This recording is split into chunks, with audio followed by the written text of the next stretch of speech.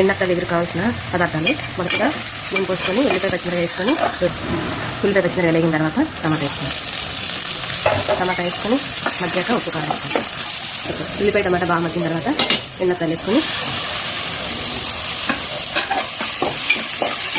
బాగా తిప్పి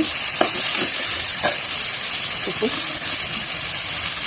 కారం వేసుకొని ఒకసారి తిప్పుకోవాలి. తర్వాత తీసుకొస్తాను.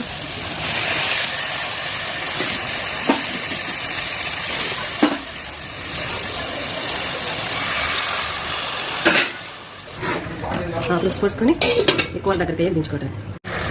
కూర దగ్గరికి అయిపోయిందండి.